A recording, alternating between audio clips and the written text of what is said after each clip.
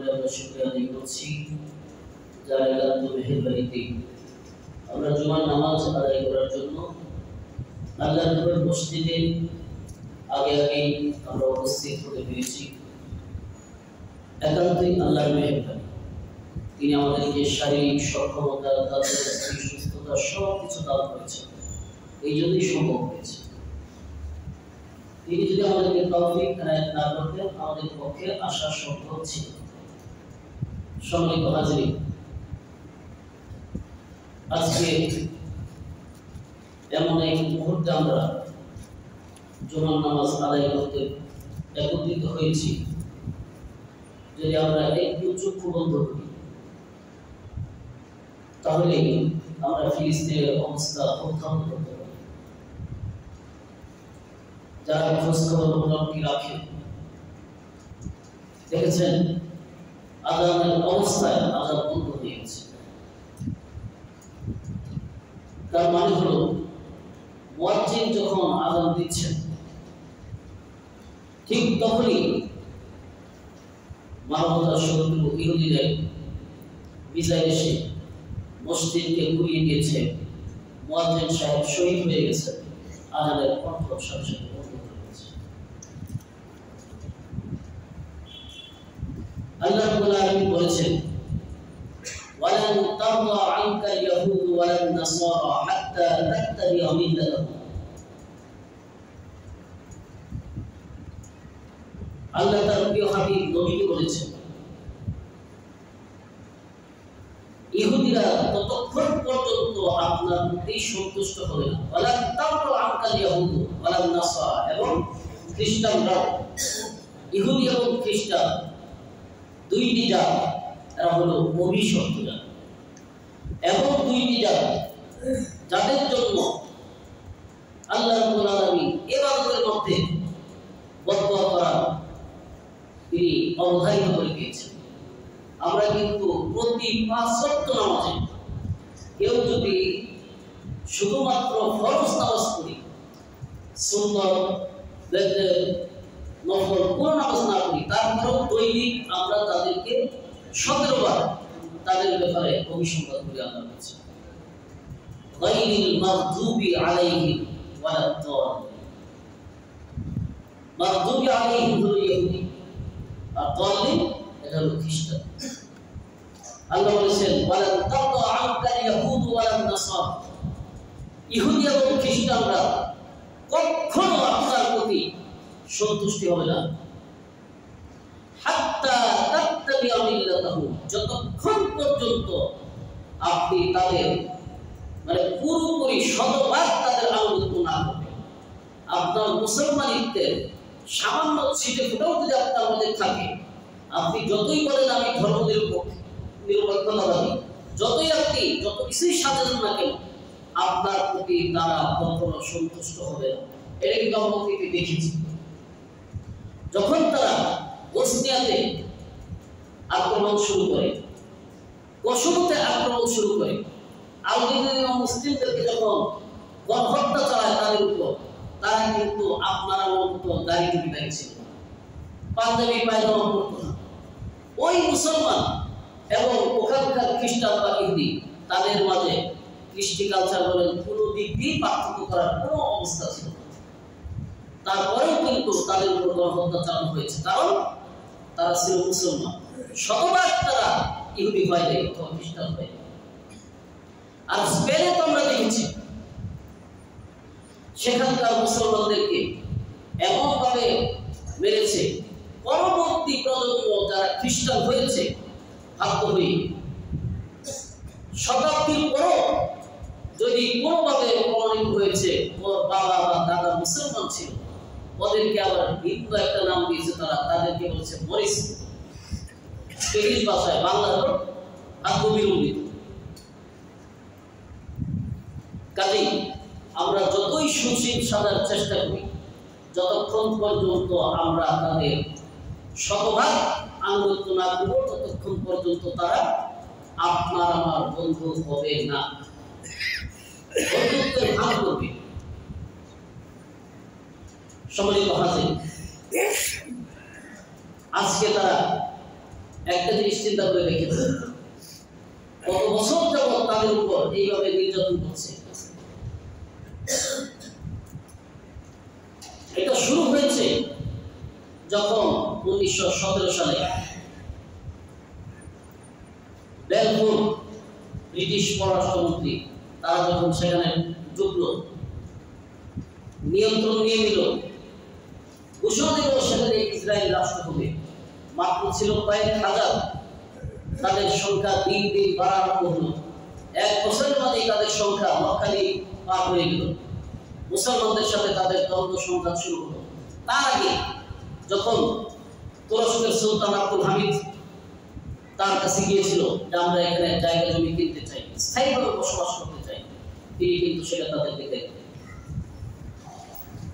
পরবর্তীতে যখন এই আরবরা তুর্কিদের সাথে বিশ্বাসঘাতকতা করেছে, তাদের লাইনগুলি বন্ধ করে দিয়েছে সাহায্য আসার, তখনই কিন্তু সেখানে তুর্কিরা পরাজিত হয় এবং এই ফিলিস্তিন অঞ্চলটা ব্রিটিশদের হাতে যায়। তারপর দেখা গেল একের পর এক তারা জমি কিনছে। যেইভাবে আমরা দেখি হাউজিং কোম্পানিগুলি, বড় বড় হাউজিং কোম্পানি অনেক এলাকায় যায়, কিছু কিনে আর কিছু এমনিতেই ভরাট করে ফেলে। যদি দুর্বল হয়, প্রতিবাদ করলে তাকে সহমাটি টাকা দিয়ে দেয় এবং সংবাদ আমরা পত্রিকায় দেখেছি। এই অবস্থায় কিন্তু তারা এইভাবে জমি কিনা আরম্ভ করলো, তাদের সংখ্যা চতুর্দিক থেকে আসা আরম্ভ হলো। আর ফিলিস্তিনিরাও যেহেতু তারা নির্যাতিত ছিল, তাদেরকে গ্রহণ করেছে, আশ্রয় দিয়েছে। একটা পর্যায়ে তারা কি করলো, আমাদের বন্ধুদের মতো কাটাতারের বেড়া দিয়ে দিল যে এইটুকু আমাদের স্বাধীন রাষ্ট্র। এরপর ইতিহাস আপনারা জানেন, মুসলমানরা বারবার ধোঁকা খেয়েছে। উমর রাদিয়াল্লাহু তাআলা বলেছেন, একজন মুমিন, একজন মুসলিম কখনো কাউকে ধোঁকা দেয় না এবং ধোঁকা তারা খায় না। এইভাবে তারা তখন থেকেই শুরু করলো। এক পর্যায়ে যুদ্ধ হলো আরব ইসরায়েল। ইহুদিদের যে নেতা বেন গুরিয়ন, সে কিন্তু একটা বক্তব্য দিয়েছে, আমাদের রাষ্ট্র হয়েছে যুদ্ধের মাধ্যমে, যতটুকু আমরা পেয়েছি এইটুকু সীমান্ত নিয়ে আমরা কখনো ক্ষান্ত হব না। তারা গোটা আরব দখল করবে, ইরাক সহ সব দখল করবে। আর বিশেষ করে মদিনায় 3টি বড় বড় শত্রু ইহুদি গোত্র ছিল, আপনারা জানেন, বনু কুরাইজা, বনু কাইনুকা এবং বনু নাসির। তাদের মানবতা বিরোধী বিভিন্ন ধরনের অপরাধের কারণে নবী করিম সাল্লাল্লাহু আলাইহি ওয়াসাল্লাম তাদেরকে মদিনা থেকে বহিষ্কার করে। এক পর্যায়ে গিয়ে তারা আশ্রয় নেয় খাইবার। উমর রাদিয়াল্লাহু তাআলা যখন সেখানে থেকেও তারা বিভিন্ন ধরনের ষড়যন্ত্রে লিপ্ত, তখন তাদেরকে একেবারে আরব সীমানার বাহিরে পাঠিয়ে দেয়। ঐতিহাসিকভাবে তারা জানে এখানে আমরা ছিলাম এবং তারা এটা দখল করার জন্য তারা পরিকল্পনাও করেছে। কিন্তু আমরা দেখছি অনেকেই বলেন, প্রশ্ন করেন, হুজুর আমরা এতগুলি মুসলিম, এত কোটি, প্রায় 200-250 কোটি মুসলিম, আমরা কেন এক হতে পারছি না? আজকে দেখেন সারা বিশ্বে মুসলমানের সংখ্যা 200 থেকে 250 কোটি, আর ইহুদিদের সংখ্যা এখনো 1.5 কোটি হয়নি। এবং সারা পৃথিবীতে ছড়িয়ে থাকা তাদের গোটা সংখ্যা নিয়ে এখন 1.5 কোটি হয়নি। ইসরায়েলে হয়তো আছে 80-90 লক্ষ না, আর বাকিগুলো আছে বাহিরে। একটা সময় তাদের 1 লাখ লোক কিন্তু ছিল না ফিলিস্তিনে। যে কোনো বিষয় দেখবেন সকল কাফের তারা কিন্তু ধর্ম যাই হোক, তারা ধর্ম নিরপেক্ষ হোক আর যাই হোক, সবাই একজোট, কিন্তু মুসলমানরা একজোট হতে পারছে না। আপনি যদি একবার চিন্তা করে দেখেন, যারা কাফের তারা কিন্তু নিরেট কাফের, সবাই একজোট কাফের, কিন্তু মুসলমান যারা সবাই কিন্তু মুসলমান না, এর মাঝে মুনাফিকও আছে। আছে কি নাই? কথা বলুন। এই মুনাফিকদের জন্যই মুসলমানরা বারবার পরাজিত হয়েছে, গুপ্ত হামলার শিকার হয়েছে। এবং যখন উমর রাদিয়াল্লাহু তাআলা গোটা ফিলিস্তিন জয় করলেন, ফিলিস্তিনের এত মর্যাদা, মসজিদে আকসার এত মর্যাদা মসজিদে আকসা ঝাড়ু দিয়েছেন যেন তিনি সেটা খালি হয়েছে। এটাও কিন্তু হাতছাড়া হওয়ার ব্যাপারে প্রথম যে ইহুদি মুসলমান হয়, মুসলমান হওয়ার পর সে আবার মুনাফিক হয়, আব্দুল্লাহ ইবনে সাবা। সে বিভিন্ন ধরনের মুসলমানদের মধ্যে বিভিন্ন ধরনের উপদল সৃষ্টি করে। তার প্ররোচনায় সর্বপ্রথম উমাইয়া এবং বনু হাশেমের মধ্যে বিশাল যুদ্ধ শুরু হয়ে যায়। সম্মানিত হাজির, আজকে আমরা মুনাফিকদের ষড়যন্ত্রের শিকার হয়ে আমরা কিন্তু আজকে অসহায় হয়ে যাচ্ছি এত সংখ্যক মুসলমান থাকার পরে। আর মুসলমানদের অবস্থা হলো এই, আমরা নিজেদের শত্রুও চিনি না, বন্ধুও চিনি না। বেশি দিন আগে না, আমাদের দাদা নানাদা তারা কিন্তু বলেছেন এই অঞ্চল থেকে এক সময় আরব রাষ্ট্রের সাহায্য যেত। বিশেষ করে মুঘলরা যখন শাসন করেছে তখন তো প্রচুর পরিমাণে সাহায্য দিয়েছে। সেখানে শর্ত দিয়ে দেওয়া হতো যে গরিবদেরকে এইভাবে দান করবা, এই ক্ষেত্রে দান করবা, তখন কিন্তু এখান থেকে সাহায্য যেত। আর আজকে আল্লাহ রাব্বুল আলামিন তাদেরকে অনেক ধন সম্পদ দিয়েছেন। যখন ফিলিস্তিনের মুসলমানরা না খেয়ে মরছে, তাদের উপর বিভিন্ন ধরনের আক্রমণ করা হচ্ছে, বিনা চিকিৎসায় মারা যাচ্ছে, হাসপাতালে আক্রমণ করা হচ্ছে, আর শেষে তো আপনারা দেখছেন এমন বোমা তারা মেরেছে মানুষ উপরের দিকে উঠে যাচ্ছে। এই দৃশ্য দেখেও কিন্তু আমরা চুপ। একবার চিন্তা করে দেখুন, যদি আমরা এখন এই ব্যাপারে নিশ্চুপ থাকি, এর ফল কি দাঁড়াতে পারে? ফিলিস্তিন চতুর্দিকে কিন্তু মুসলিম রাষ্ট্র, চতুর্দিকে মুসলিম রাষ্ট্র, এরপরেও তারা অসহায়, তারপরেও তাদের খাবার নেই, তাদের সাহায্য নেই, কিন্তু তারা আল্লাহর উপর তাওয়াক্কুল করে প্রকৃত যারা মুজাহিদ তারা কিন্তু এখনো লড়াই করে যাচ্ছে।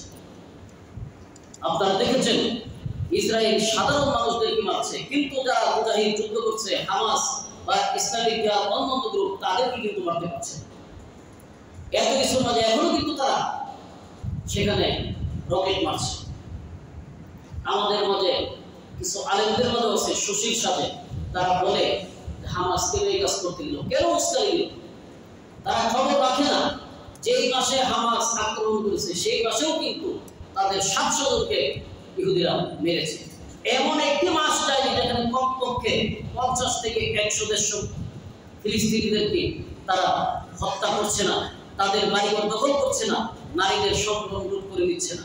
তারা চুপ করে থাকার পরেও এগিয়ে চলছে। আর তারা যখন ফুঁসে উঠেছে, আপনারা দেখেছেন গাজার সমস্ত মুসলিম তাদের পক্ষে নিয়েছে। এত নির্যাতনের পরেও এত তাদেরকে অফার দেওয়া হয়েছে যে তোমরা গাজা খালি করো, অমুক দেশে তোমাদেরকে উন্নত জীবন দেওয়া হবে, কিন্তু সকলের এক কথা, আমরা এখানেই থাকবো, এখান থেকে আমরা কেউ ফিরে যাব না। আর তাদের তো হারানোর মতো কিছু নাই, সব কিছুই কিন্তু নিয়ে নেওয়া হয়েছে। এখন আছে শুধু জীবনটা, আর জীবনটা আজ হোক কাল হোক, চুপ থাকলেও ওরা নিয়েই নেবে। কিন্তু তারা আল্লাহর উপর তাওয়াক্কুল করে জিহাদ জারি রেখেছেন। নবী করিম সাল্লাল্লাহু আলাইহি ওয়াসাল্লাম বলেছেন, ফিলিস্তিন মসজিদে আকসার আশেপাশে একটা দল থাকবে যারা জিহাদ করবে। কোন অবস্থাতেই শত্রুরা তাদের ক্ষতি করতে পারবে না। যতক্ষণ পর্যন্ত আল্লাহর সাহায্য না আসে তারা অবিচল থাকবে। আমরা দেখেছি তারা কত ধরনের ষড়যন্ত্র করেছে। তারা সেই সুরঙ্গের মধ্যে পানি ঢেলে দিয়ে, গ্যাস দিয়ে এবং হাজার হাজার বাংকার ব্লাস্টার বোমায়ও কিন্তু তারা ফেলেছে। তারপরেও কিন্তু তাদের কিছুই করতে পারেনি, কারণ আল্লাহ রাব্বুল আলামিন বলেছেন, ইন তানসুরুল্লাহ ইয়ানসুরকুম, যদি তোমরা আল্লাহকে সাহায্য করো তাহলে অবশ্যই আমি তোমাদেরকে সাহায্য করব। এবার চিন্তা করে দেখুন, আমরা যদি আমাদের দায়িত্ব না পালন করি, আল্লাহ রাব্বুল আলামিন বলেছেন, ওয়ামা লাকুম লা তুকাতিলুনা ফি সাবিলিল্লাহি ওয়াল মুস্তাদআফিনা মিনার রিজালি ওয়ান নিসাই ওয়াল বিলদানি আল্লাযীনা ইয়াকুলুনা রাব্বানা আখরিজনা মিন হাযিহিল কারয়াতি যালিমি আহলুহা ওয়াজআল লানা মিন লাদুনকা ওয়ালিয়্যান ওয়াজআল লানা মিন লাদুনকা নাসীরা। যে কি হলো, তোমরা কেন তোমরা লড়াই করছো না, সংগ্রাম করছো না? অথচ আবার বৃদ্ধ বনিতা নারী পুরুষ সকলে আহাজার করছে, চিৎকার করছে, আর্তনাদ করে বলছে যে আল্লাহর কাছে আমাদের জন্য একজন সাহায্যকারী পাঠাও, কারণ এখানকার অধিবাসীরা জানে আমাদেরকে অন্যত্র নিয়ে যাও। আমরা কিন্তু সেই কোরআন পড়ছি, তাদের আহাজারি শুনছি। এখন কিন্তু সেই 1400 সাল না, যে স্পেনে কি হচ্ছে আমাদের কাছে সংবাদ আস্তে আস্তে মাস চলে যাচ্ছে, ঘটনার সাথে সাথেই কিন্তু আমরা দেখছি। তারপরেও কিন্তু আমরা দিল।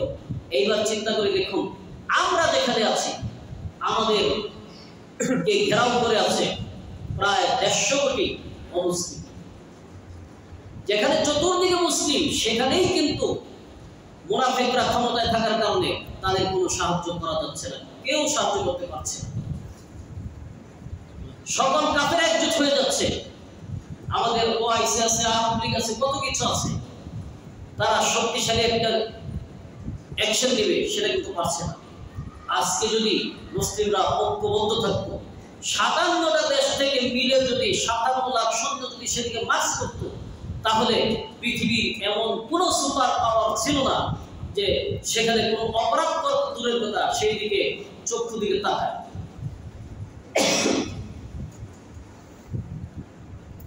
এর পরিণতি কিন্তু আমাদের জন্য ভয়াবহ পরিণতি ভোগ করছে। আর ফিলিস্তিন হলো মূলত আমাদের। এর মর্যাদা কত বেশি আপনারা সকলেই জানেন।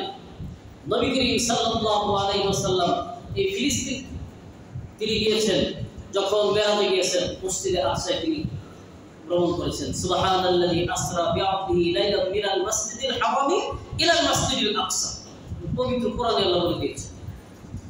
সেখানে তিনি লক্ষাধিক নবী ইমামতি করেছেন, এবং এটা আমাদের কাছে আরো প্রিয়। আমাদের জাতির পিতা ইব্রাহিম আলাইহিস সালাম সেখানে তিনি আবাদ করেছেন। তার ছেলে ইসহাক আলাইহিস সালাম সেখানে বাইতুল মুকাদ্দাস নির্মাণ করেছেন। এরপরে সেখান থেকে নবী করিম সাল্লাল্লাহু আলাইহি ওয়াসাল্লাম পর্যন্ত প্রায় 25,000 নবী রাসূলকে ইহুদিরা কিন্তু হত্যা করেছে। আমরা যে বলি মাঝে মাঝে যে হলো অভিশপ্ত জাতি, আল্লাহ তাদেরকে অভিশপ্ত করেছেন অনেকগুলি কারণে। এক হলো আল্লাহর নাফরমানি হয়েছে, সীমা লঙ্ঘন করেছে, এবং তারা শিরক করেছে, অন্যায়ভাবে তারা হত্যা করেছে। এমন হয়েছে একদিনে তারা কয়েকশো নবীকে হত্যা করেছে। আর এই মসজিদ হলো পৃথিবীর প্রাচীনতম দ্বিতীয় মসজিদ। সর্বপ্রথম মসজিদ হলো মসজিদে হারাম, আর দ্বিতীয় হলো মসজিদে আকসা। এবং এই মসজিদে আকসা সম্মানের দিক থেকে তৃতীয় মসজিদ। নবী করিম সাল্লাল্লাহু আলাইহি ওয়াসাল্লাম বলেছেন, কোন মসজিদে শুধু ভ্রমণ করা সওয়াবের নিয়তে জায়েজ নেই, কিন্তু তিনটি মসজিদ, একটা হলো মসজিদে হারাম, আরেকটা মসজিদ নববী, আরেকটা হলো মসজিদে আকসা। আপনি সেখানে সওয়াবের নিয়তে ওখানে গিয়ে নামাজ পড়বেন, এই নিয়তে আপনি ভ্রমণ করতে পারবেন। এবং মসজিদে হারামে যদি আপনি নামাজ পড়েন, এক রাকাতে আপনি 1 লক্ষ রাকাতের সওয়াব পাবেন। মসজিদে নববীতে পাবেন 50,000-এর, আর মসজিদে আকসায় পাবেন 25,000 রাকাত নামাজের সওয়াব। সুবহানাল্লাহ। আর এটা হলো বরকতময় মসজিদ। একটু আগে তেলাওয়াত করলাম, আল্লাহ বলেন আল্লাযী বারাকনা হাওলাহু লিনুরিয়াহু মিন আয়াতিনা। চতুর্দিকে আল্লাহ বরকতময় করে দিয়েছেন। আর ফিলিস্তিনে সবচাইতে বেশি নবী রাসূলকে আল্লাহ দুনিয়াতে পাঠিয়েছেন। লক্ষ লক্ষ নবী রাসূল ফিলিস্তিনে জন্মগ্রহণ করেছেন। আর এটা হলো আমাদের প্রথম কিবলা। আমরা সকলেই জানি আমাদের প্রথম কিবলা নবী করিম সাল্লাল্লাহু আলাইহি ওয়াসাল্লাম যখন হিজরত করেন, তখন আল্লাহ রাব্বুল আলামিন বলেছেন মসজিদে আকসার দিকে ফিরে নামাজ পড়ার জন্য, যেন ইহুদিদের তাদের হৃদয়ে ইসলামের দিকে মায়া হয়। মেরাজের সিফত আছে। এছাড়াও এই ফিলিস্তিন, এই জায়গাটা হলো এখানেই হবে হাসর।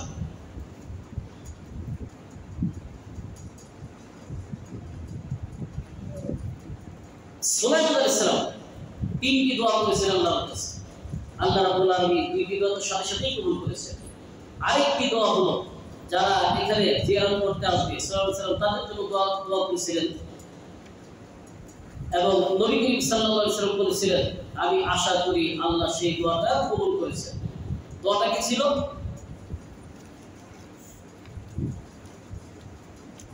মসজিদ যারা জিয়ারত করবে একটি বিশেষ দোয়া করেছিলেন। দোয়াটা হলো যদি কেউ মসজিদে আকসায় এসে নামাজ পড়ে তাহলে আল্লাহ যেন তাদেরকে সেই দিনের মতো নিষ্পাপ করে দেন যেদিন তার মা তাকে প্রসব করেছে। সুবহানাল্লাহ। এবং মুসা আলাইহিস সালাম দোয়া করেছিলেন যেন ফিলিস্তিনে তার মৃত্যু হয়। লম্বা আলোচনা হয়ে যাবে, আমি সেদিকে যাচ্ছি না। মসজিদে আমরা সকলেই এটা জানি, বিশেষ করে আমরা আজকে কিছু আলোচনা করব ইহুদিদের, যে ওরা যুগে যুগে যেই পরিমাণ অপরাধ করেছে, অবাধ্যতা ষড়যন্ত্র করেছে, আল্লাহ রাব্বুল তাদেরকে অনেকবার কিন্তু ধ্বংস করেছেন, গজব নাযিল করেছেন। একটা হলো বাছুর পূজা। যখন মুসা আলাইহিস সালাম গেছেন আল্লাহর কাছে তাওরাত আনার জন্য, এদিক দিয়ে তারা বাছুরকে পূজা শুরু করে দিল। এরপর মুসা আলাইহিস সালাম যখন আগে ইহুদিরা বলছে যদি আমাদেরকে একটি কিতাব দেওয়া হয় তাহলে আমরা সেটা অনুসরণ করব। যখন মুসা আলাইহিস সালাম আল্লাহর কাছে দোয়া করলেন, আল্লাহ তাওরাত কিতাব দান করলেন, কিন্তু তারা এটা অস্বীকার করল। এবং মান্না সালওয়া বেহেশতে একটি খাবার, আল্লাহ রাব্বুল আলামিন তাদেরকে এই খাবারটা দিয়েছিলেন। এই খাবার খেতেও তারা একসময় অস্বীকার করল। ফেরাউনের কবল থেকে যখন আল্লাহ তাদেরকে নাজাত দিলেন, আরেকটা জাতির বিরুদ্ধে যখন জিহাদ করার কথা বললেন, তারা মুসা আলাইহিস সালাম বলল যে তুমি আর তোমার আল্লাহ গিয়ে যুদ্ধ করো, আমরা ওদের সাথে পারবো না, আমরা এখানে বসলাম। এরপরে শনিবারে মাছ ধরা আল্লাহ রাব্বুল আলামিন নিষেধ করেছেন, কারণ শনিবার দিন দাউদ আলাইহিস সালাম জবর তিলাওয়াত করতেন। তারা সেদিন মাছ ধরা আরম্ভ করল। তারপর এক পর্যায়ে তারা কি করলো, যেহেতু নিষেধ করা হয়েছে, তারা খাল কেটে পিছনের দিকে নিয়ে আসলো। মাছগুলি যখন ভিতরে চলে আসে তারা বাদ দিয়ে রাখে, রোববার দিন গিয়ে মাছ ধরে। কেউ জাল কেটে রাখে, মাছগুলি আটকে যায়, রোববার দিন গিয়ে ধরে। এরপর নবী করিম সাল্লাল্লাহু আলাইহি ওয়াসাল্লামকে ওরা কিন্তু হত্যা করার জন্য অনেক চেষ্টা করেছে। একবার মুসলিম একটা কয়েকজনের সাথে ইহুদিদের একটা সমস্যা হয়।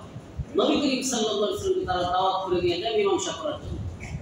নেওয়ার পর তারা ষড়যন্ত্র করে, চিন্তা করে যে এই তো সুযোগ হত্যা করার, বসায় একটি দেয়ালের সাথে আর উপর থেকে বিশাল সাইজের একটি পাথর ফেলে হত্যা করার ষড়যন্ত্র করে।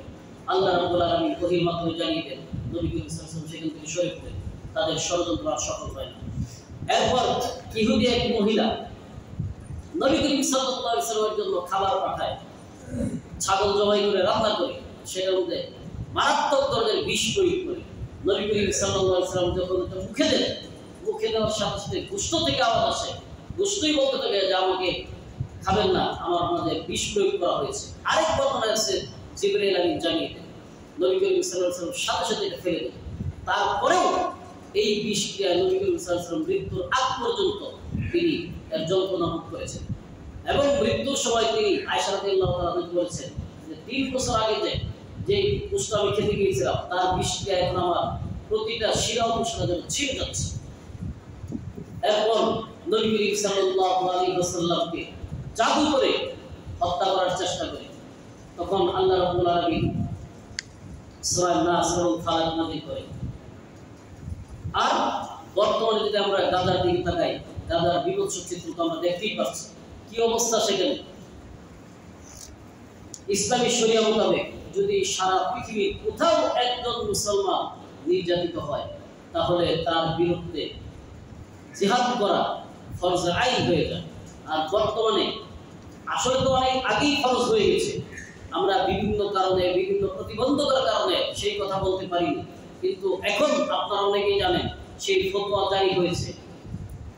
বহুত ফতোয়াবাজ আমরা দেখি, ফতোয়ার কিতাবটাও পড়ার কিন্তু তাদের যোগ্যতা নাই। কারণ কোরআন শরীফে যে জবাব দেওয়া আছে, হাদিস বা ইসলামের যে আপনি যদি ফিকহের কিতাব বলি, যে কোনো ফতোয়ার কিতাব, সেখানে যে জবর কোনো কিছুই কিন্তু নাই। তাদের এটা পড়ার যোগ্যতা নাই, কিন্তু তারা বিভিন্নভাবে ফতোয়া ঠিকই না।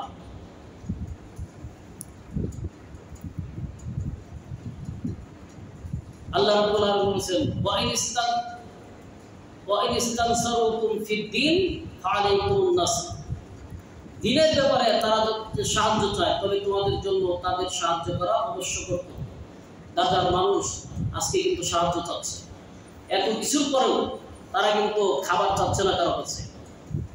পাকিস্তানে যখন হামাসের প্রধান এসেছিল, সে বলে নাই যে আমাদের অস্ত্র দেন, একটা পারমাণবিক অস্ত্র দেন, বলছে শুধুমাত্র একটা থ্রেট দেন, একটা ধমক দেন, এটুকু আমাদের জন্য যথেষ্ট। কিন্তু আজকে তাদেরকে সাহায্য করার কেউ নাই। নবী করিম সাল্লাল্লাহু আলাইহি ওয়াসাল্লাম বলেছেন, উনসুর আখাকা যালিমান আও মাজলুমান, তোমার ভাইকে সাহায্য করো, সে জালিম হোক অথবা মাজলুম হোক। এই অবস্থায় আমাদের করণীয় হলো অবশ্যই তাদেরকে সাহায্য করতেই হবে। এক হলো জিহাদ ফি সাবিলিল্লাহ, আজকে আমাদের সেখানে গিয়ে সরাসরি গিয়ে জিহাদ করা সম্ভব না। বিভিন্নভাবেই কিন্তু আমরা সেখানে যেতে পারছি না, কিন্তু যেভাবে আমরা পারবো সেই কাজগুলি কিন্তু আমাদের অবশ্যই করা উচিত। আমরা আমাদের রাষ্ট্রপ্রধানদেরকে বিভিন্নভাবে আমরা চাপ দিতে পারি যে অন্য মুসলিমদেরকে নিয়ে একটি জোট গঠন করে সেখানে যেন আমাদের সেনাবাহিনী মার্চ করে, এবং আমরা সেখানে যেতে চাই, যাওয়ার ব্যবস্থা করা হোক। যদিও যেতে না পারি, আমরা এখান থেকে অনেক ধরনের সাহায্য সহযোগিতা করতে পারি। একটা হলো অর্থনৈতিক অবরোধ, একটা বড় ধরনের একটি সহজ, তাদের শক্তি একদম কেন্দ্রতে আঘাত করা হবে। যদি অর্থনৈতিক অবরোধ আমরা তাদেরকে করতে পারি, তাদের মাথা ভেঙে দেওয়া হবে।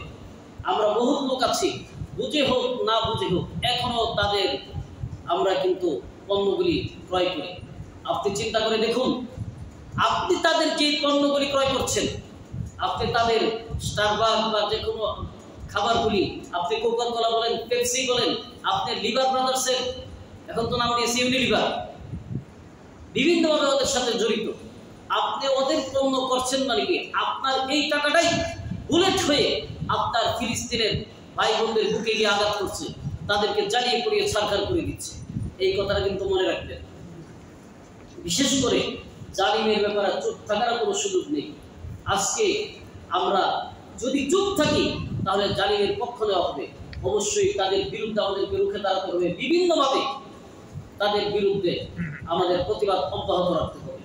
অনেকেই বলেন যে মিছিল করে লাভ নেই, অনেক লাভ আছে, এটা সারা পৃথিবীর মানুষ দেখবে। আরেকটা হলো দোয়া করা, সব সময় তাদের জন্য দোয়া করা। আর বিভিন্ন সময় হলো নবী করিম সাল্লাল্লাহু আলাইহি ওয়াসাল্লাম কুনুতে নাজিলা করতেন। কুনুতে নাজিলা আমরা অনেকদিন করেছি, ইনশাআল্লাহ আমরা হয়তো আবার চালু করব। কুনুতে নাজিলা নবী করিম সাল্লাল্লাহু আলাইহি ওয়াসাল্লাম করেছেন ফজরের নামাজের দ্বিতীয় রাকাতে। দ্বিতীয় রাকাতে কুনুতে নাজিলা করছেন, সব সময় করতেন না। এক হলো কাফেরদের জন্য বদদোয়া অথবা মুসলমানদের জন্য বিশেষ দোয়া করার জন্যই কিন্তু নবী করিম সাল্লাল্লাহু আলাইহি ওয়াসাল্লাম এই দোয়াগুলি করেছেন। তারপর ইসলাম ও মুসলমানদের শত্রুদের সাথে কোনো অবস্থাতেই সম্পর্ক, বন্ধুত্বের সম্পর্ক না রাখা। সে যদি পিতামাতা ভাই বোন হয়, তারপরেও তার সাথে সম্পর্ক রাখা যাবে না। শক্তিশালী একতা গড়ে তোলা। এই মুহূর্তেও দেখবেন যদি ইরান কোনো সাহায্য সহযোগিতা করে, অনেক দেখবেন যে তাদের সাথে যেন এখন কোনো অবস্থাতে আবার ঐক্য না হয়ে যায়। পিছনের ইতিহাস তুলে ধরে যেন এই সিয়াসুন্নি যেন এক না হতে পারে, এই ধরনের বিভিন্ন পোস্ট, বিভিন্ন দেখবেন আপনারা, বিভিন্ন লেখা, বিভিন্ন বক্তৃতা, এক শ্রেণীর লোক তাদের কাজই হলো এরকম করে যাচ্ছে। এটাও ছিল ইহুদিদের কাজ। যখন নবী করিম সাল্লাল্লাহু আলাইহি ওয়াসাল্লাম মদিনায় গেলেন, যাওয়ার পর আউস এবং খাজরাজ দুই জাতিকে একদম ভাই ভাই রূপান্তরিত করলেন। শেষে ইহুদিরা কি করলো, অতীতে তাদের যে যুদ্ধ ছিল, দেখা গেল গাধার পানি খাওয়া নিয়ে 40 বছর যাবত যুদ্ধ, কে তাদের কাকে হত্যা করেছে, কি নির্যাতন, এরা কি করছে, এমন ভাবে গান আর কবিতার মাধ্যমে তাদেরকে উত্তেজিত করেছে। আবার দুই জাতি কিন্তু লেগেই গেছে। নবী করিম সাল্লাল্লাহু আলাইহি ওয়াসাল্লাম তখন আবার তার মধ্যস্থতায় সেটা বন্ধ হয়েছে, এবং এটা ইহুদিদের ষড়যন্ত্র তারা সকলেই বুঝতে পেরেছে। এখনো কিন্তু দেখবেন বিভিন্ন ইসলামিক গ্রুপ, ইসলামী দল, তাদেরও এক শ্রেণীর লোক বিভিন্ন এর মাধ্যমে তাদেরকে বিচ্ছিন্ন করার চেষ্টা করে, যেন আলাদা থাকে। কাজে আমাদেরকে শক্তিশালী একতা অবশ্যই গড়ে তুলতে হবে। আর্থিকভাবে এটা হলো গুরুত্বপূর্ণ একটাই, ফিলিস্তিনিদের পাশে আপনার দাঁড়ানো। এখন আপনি আমি ইচ্ছা করলেই তাদেরকে টাকা দিতে পারবো না, মসজিদে অনেক লোক আসে আহত অসুস্থ, তাদেরকে আমরা দান করি, তাদের হাতে চলে যায়। কিন্তু ফিলিস্তিনে এখান থেকে আপনি আমি ইচ্ছা করলে টাকা পাঠাতে পারবো। এটা বিভিন্ন মাধ্যম, যারা এটা পাঠাইতে পারে, এটা হয় সরকারিভাবে আর বেসরকারিভাবেও অনেকে এই কাজটা করছে, তাদেরকে আমরা সাহায্য করতে পারি। একবার শুধু চিন্তা করে দেখুন, এই যে আপনি সুন্দর ছোট বাচ্চাকে করে দিয়েছেন, এরকম বাচ্চা একজন সে নিয়ে মানে মনে হয় মাথাই খারাপ হয়ে গেছে, কারণ মাথাটা নাই, উনি এটা নিয়ে আহাজারি করছে, একদম রাস্তার মধ্যে নেমে গেছে। একজন বাবা দুধের একটা শিশু, কারণ বোমার আঘাতে মাথা উড়ে গেছে, আপনারা দেখেছেন বোমার আঘাতে হাত পা ছিন্ন ভিন্ন হয়ে আকাশে উঠছে, এমনকি কিছু বাচ্চাও আকাশে উঠছে। এই মুহূর্তে তাদেরকে সাহায্য করা এটা হলো আমাদের অবশ্যই ফরজে আইন। আল্লাহ রাব্বুল আলামিন যদি জিজ্ঞেস করে, যখন তোমার চোখের সামনে তোমার ফিলিস্তিনি ভাইরা এইভাবে ছিন্ন ভিন্ন হয়েছে, তখন তুমি কি করবে? অন্তত আমরা এই কথা বলতে পারবো যে সেখানে যাওয়া আমাদের পক্ষে সম্ভব হয়নি, সশরীরে আমরা যুদ্ধ করতে পারিনি, কিন্তু আমাদের সাধ্য অনুযায়ী আমরা এখান থেকে টাকা পয়সা সমর্থন এগুলি দিয়েছি এবং আমরা তাদের সব ধরনের পণ্য বয়কট করেছি। যদি আমরা তাদের পণ্য বয়কট করি, তারা দুর্বল হবে। আর আমরা যদি আমাদের ভাইদেরকে সাহায্য করতে পারি, ওই টাকায় যদি তারা অস্ত্র পায়, তারা তো স্বাভাবিক সেই আণবিক শক্তির বিরুদ্ধে, পারমাণবিক শক্তির বিরুদ্ধে কিন্তু তারা দাঁড়িয়ে গেছে, তাদের কাছে যা আছে তার নেই। এখন আমাদের দরকার হলো তাদের পাশে দাঁড়ানো। সম্মানিত হাজিরিন, যদি আমরা তাদের পাশে না দাঁড়াতে পারি, একবার যদি আপনি চিন্তা করে দেখুন, এই যে অবস্থা এখন বাংলাদেশে যদি এই অবস্থা হতো, আমরা কিন্তু সেখানে যেতে পারতাম। আমার ভাই যদি আহত হয়, তখন আমার কি অবস্থা হয়? আমার সন্তান যদি অসুস্থ হয়, তখন আমার কি অবস্থা হয়? অথচ সেখানে হাসপাতাল ঘুরিয়ে দেওয়া হচ্ছে, হাত পা কাটা লাগবে, তাদেরকে অজ্ঞান করার ওষুধ নেই। এই অবস্থায়, হুঁশ থাকা অবস্থায় তাদের উপর অপারেশন চালানো হচ্ছে, করার কিছু নেই, ঔষধ নেই। যেই গজ আমি শুনেছি, এটার নাম যে গজ আমাদের যে অপারেশন হয়ে যে ভেন্টিলেটর করে, এইটা নাকি আসতো গাজা থেকে, সেখান থেকেই গজ।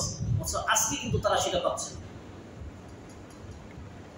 কাজেই এখন আমাদের উচিত অবশ্যই তাদের পাশে দাঁড়ানো, এটা আমাদেরকে মনে রাখতে হবে।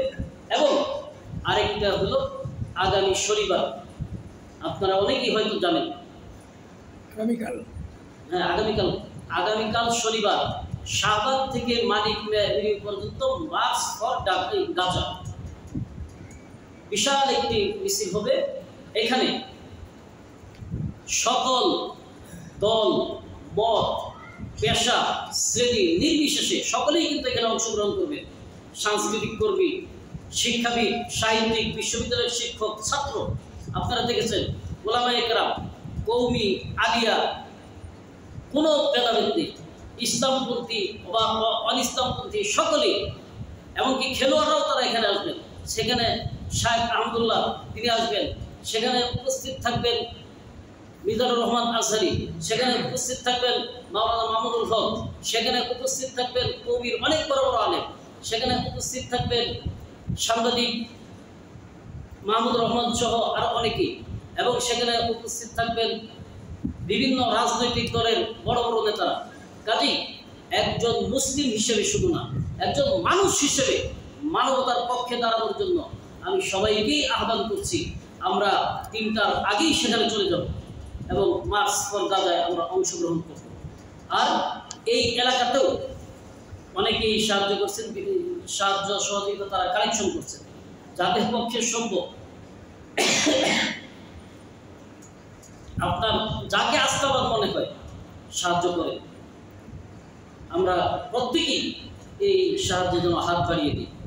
একবার যদি খালি চিন্তা করে দেখুন, আপনার যেখানে আমরা এখানে বসে আছি, তারা কিন্তু নামাজ পড়তে পারছে না। আজকে যখন আমি আমার সন্তানকে চুমু দিচ্ছি, আজকে সেখানে কিন্তু সন্তানকে চুমু দেওয়ার গালি কিন্তু নাই, মাথা সহ উড়ে গেছে। আজকে আমরা খাবার খাচ্ছি, তারা কিন্তু খাবার পাচ্ছে না, অঙ্গ প্রত্যঙ্গ ছিন্ন ভিন্ন হয়ে গেছে। সেই আকাশে শুধুমাত্র আর্তনাদ আর আর্তনাদ, তারপরেও কিন্তু তারা সেখান থেকে সরে যায়। নবী করিম সাল্লাল্লাহু আলাইহি ওয়াসাল্লাম বলেছেন, সেই নবী করিম সাল্লাল্লাহু আলাইহি ওয়াসাল্লাম হাদিস অনুযায়ী আমরা যত বিশ্লেষণই শুনি না কেন, অনেক রাজনৈতিক বিশ্লেষক বিভিন্নভাবে বিশ্লেষণ করে আপনার মাথা ঘুরিয়ে দিবে, এই যে মুসলমান এখানে শেষ, আর টিকতে পারবে না। কিন্তু অবস্থান, বাস্তব অবস্থা হলো কোরআন হাদিস অনুযায়ী তারা কখনো পুরাটুক নিয়ন্ত্রণে নিতে পারবে না। গাজা শেষ হয়ে যাবে না, হামাস শেষ হয়ে গেলে আরেকজন এসে যাবে ভিন্ন নামে, কিন্তু আল্লাহর মুজাহিদরা সেখানে থাকবে এবং তারা জিহাদ করবে শেষ পর্যন্ত মুসলমানদের বিজয় হবে। নবী করিম সাল্লাল্লাহু আলাইহি ওয়াসাল্লাম বলেছেন, ততক্ষণ পর্যন্ত কিয়ামত হবে না যতক্ষণ পর্যন্ত ইহুদিদের সাথে মুসলিমদের চূড়ান্ত লড়াই না হবে। এবং শুধু তাই না, সেখানে আপনার জন্য 80টি দল চলে আসবে আপনার মুসলমানদের সাথে লড়াই করার জন্য। এক একটা দলের 80টা পতাকা এক এক দলেই থাকবে 12,000 করে। কি পরিমাণ! আসল যুদ্ধ তার মানে আবার রয়েই গেছে, কিন্তু তারপরেও শেষ পর্যন্ত বিজয় হবে মুসলিমদের। চেষ্টা করতে হবে আমাদের, বিজয় দিবেন আল্লাহ। আর ওই সময় একটা পর্যায়ে পাথরের পিছনে ইহুদিরা কিন্তু লুকাবে, পাথর দেখে বলবে মুসলিমদেরকে যে আমার পিছনে একজন ইহুদি লুকিয়েছে, হত্যা করো। গাছের আড়ালে লুকাবে, গাছও কিন্তু বলবে, শুধুমাত্র একটি গাছ, সেটা হলো গারকাত। এই গাছগুলি ইহুদিদেরকে সাহায্য করবে, তারা বলবে না। তাদের এই গারকাত গাছের পিছনে লুকাইলে এই গারকাত বলবে না যে আমার পিছনে ইহুদি আছে।